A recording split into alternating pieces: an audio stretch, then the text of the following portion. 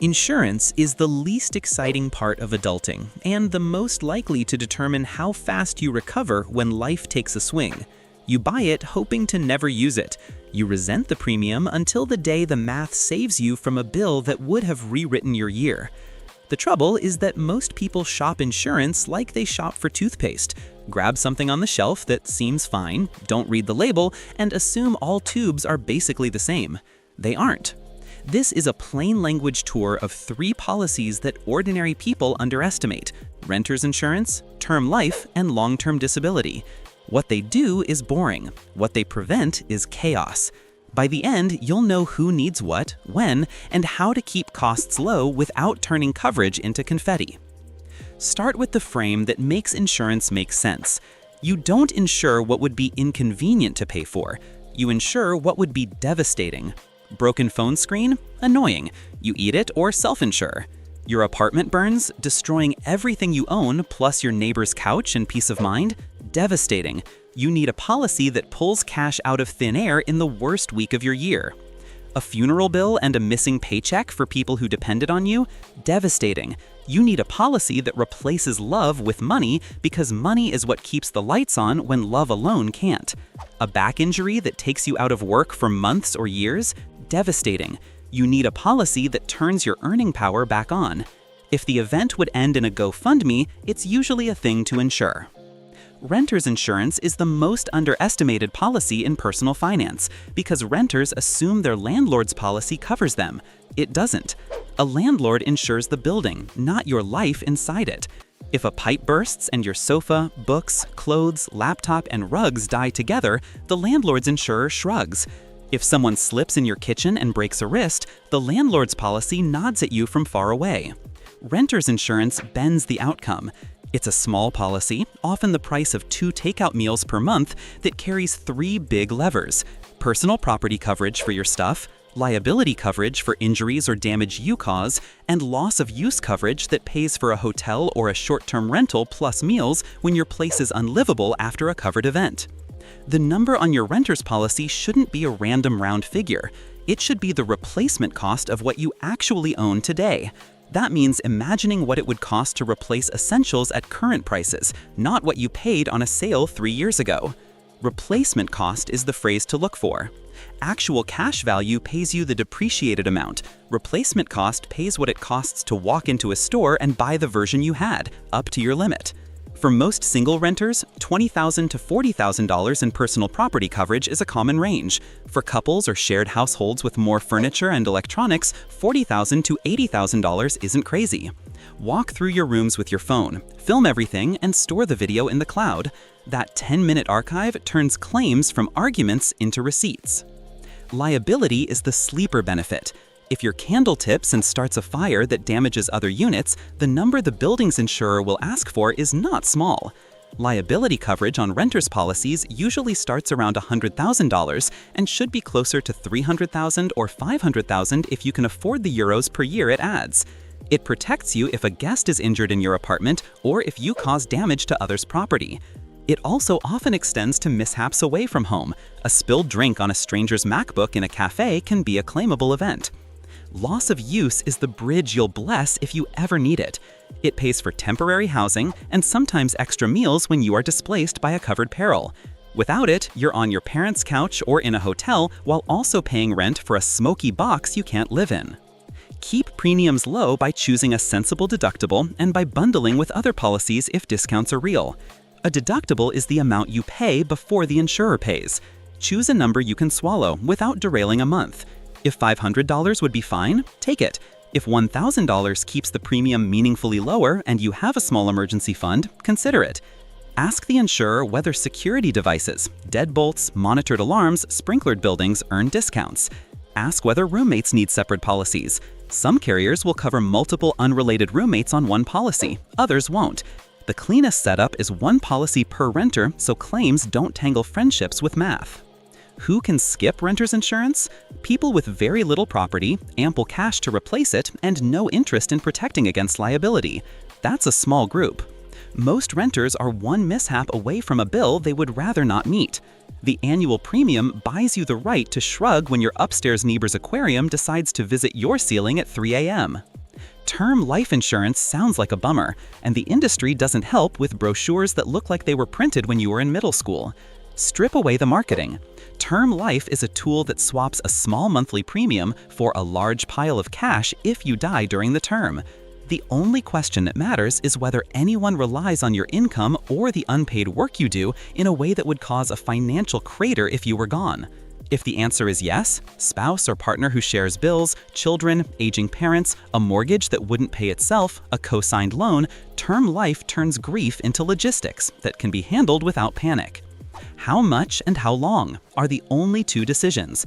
A quick way to size coverage is to aim to an amount that could replace 10 to 15 years of your income, clear major debts, and fund key goals like childcare or college, adjusted for what other assets and benefits you already have.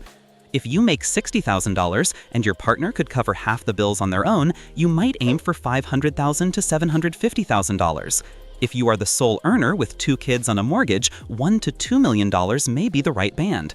Use a calculator if you want precision, but don't freeze. It's better to own a policy that is roughly right than to spend 5 years meaning to own the perfect one and leave people you love exposed to spreadsheets at the worst possible moment. Term length should match the years your financial obligations are heaviest. If your youngest child is 2, a 20-year term carries the family until they're through school. If your mortgage has 23 years left, a 25 or 30-year term protects the roof until it belongs to you. Buy the longest term you can reasonably afford while you're young and healthy. Each renewal later will price in the calendar and the doctor's notes. Don't confuse term with whole life or other permanent policies that mix insurance with investing.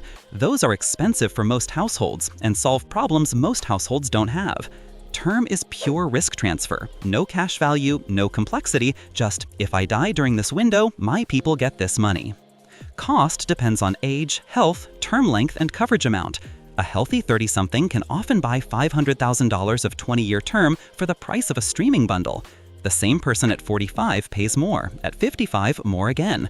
That is not a moral judgment, it's arithmetic. Lock coverage when life's dependencies begin, not when you think about them in the shower. If you have a medical history that complicates underwriting, a broker who shops multiple carriers can find the companies that price your reality fairly. If you smoke, plan for higher premiums. Quitting and staying quit for a year or more can lower them. If your employer offers free or cheap group life, take it, but don't let it be your only protection unless the benefit is large and portable. If you change jobs or if coverage is capped at 1 year's salary, your family shouldn't be hostage to HR's benefits grid. Beneficiaries are not an afterthought.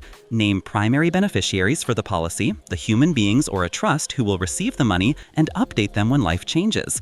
If you name a minor child directly, the court will get involved. Instead, name a trusted adult or better, a trust designed for this purpose, especially if the amount is large. Write a short letter, kept with other important documents, telling your people where the policy is, how to claim, and who can help. The policy's value is only as real as someone's ability to find it when grief makes attention hard. Long-term disability insurance is the one people avoid because it forces us to imagine ourselves as human instead of as a resume. Yet your ability to earn income is the asset that finances every other goal. If your home is worth $300,000 and your career will generate $3 million in lifetime earnings, which one would you insure more carefully? Most people insure the roof and ignore the paycheck. Disability insurance replaces a portion of your income if illness or injury takes you out of work for a long stretch. It's not about bruises and colds. It's about cancer, major surgeries, chronic conditions, mental health crises, and accidents that change your timeline. The odds of needing some form of disability income during your working life are lower than the odds of never having a problem, but they are far higher than the odds of your house burning down. We insure the rare and visible and neglect the plausible and private.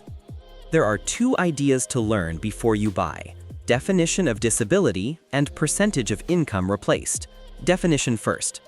Own occupation policies pay if you cannot perform the material duties of your specific job, even if you could theoretically do a different job.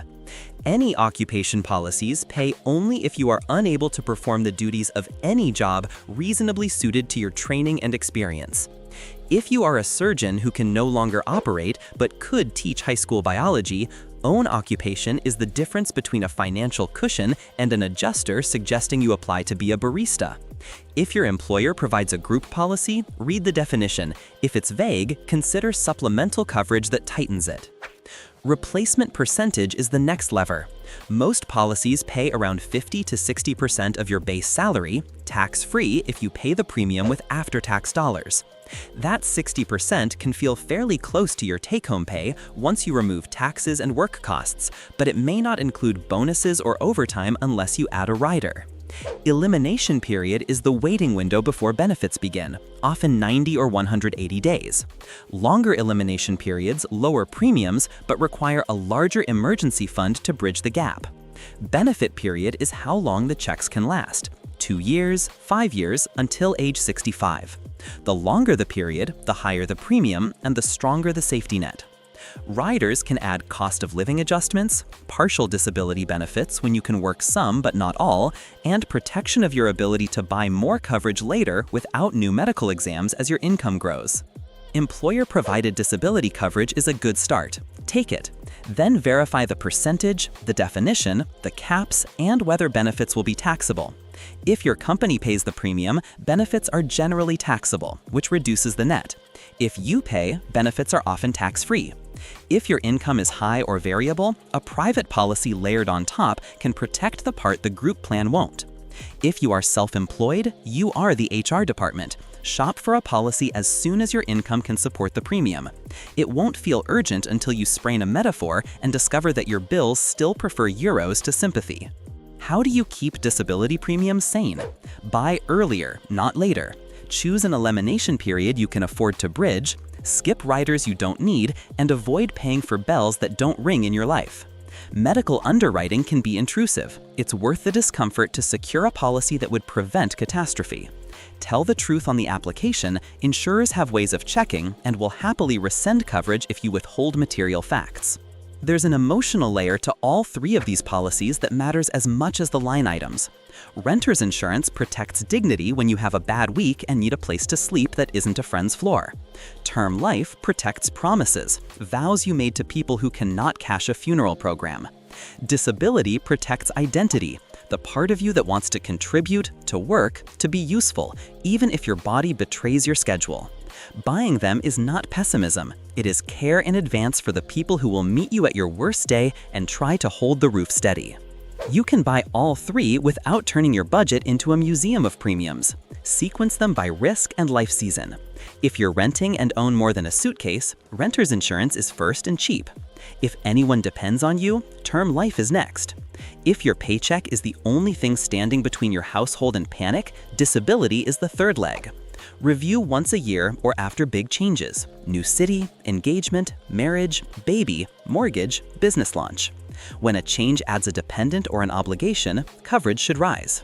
When a change reduces obligations, mortgage paid off, kids grown, large portfolio built, coverage can fall or policies can be allowed to expire at term. Insurance should be a shrinking part of your life as wealth and resilience grow. Keep insurance honest by shopping every few years. For renter's insurance, compare limits and the replacement cost language. For term life, compare quotes from multiple carriers in the same week to avoid surprises from shifting age brackets. For disability, use a broker who can translate policy speak into English and find own occupation definitions without predatory pricing. Bundle discounts are real, but not always the best deal. Run the math both ways. And for every policy, set beneficiaries and emergency contacts and store digital copies where someone you trust can find them. A policy no one can locate is a piece of paper pretending to be a parachute. There are edge cases and exceptions, and they deserve honesty. If you are financially independent with liquid assets that would cover any plausible disaster, insurance becomes optional because you are effectively self-insuring. If you have no dependents, no co-signers, and no one who would be financially harmed by your absence, term life may be unnecessary. If your profession makes private disability coverage wildly expensive, you may choose to self-insure with a larger cash cushion and a lifestyle that can contract quickly. These are not loopholes, they are the end game. Insurance is scaffolding you remove when the building can stand by itself. Until then, you are building a life in which bad luck is a bill you can pay, and good luck is something you can actually enjoy because you aren't waiting for the other shoe to drop. Picture a future week when the worst happens and watch your past self arrive in the form of a claims adjuster who says, "We've got you." Picture a different week when nothing happens and you sigh at the premium. That sigh is the price of that first picture. Pay it with a plan. Keep your policies small, sane, and aimed at devastation, not inconvenience. Move on to the parts of your life that aren't contracts and clauses. Insurance is the backdrop, not the scene. Buy it right, stash the documents where someone can find them, and go make your life busy with better nouns than perils and exclusions.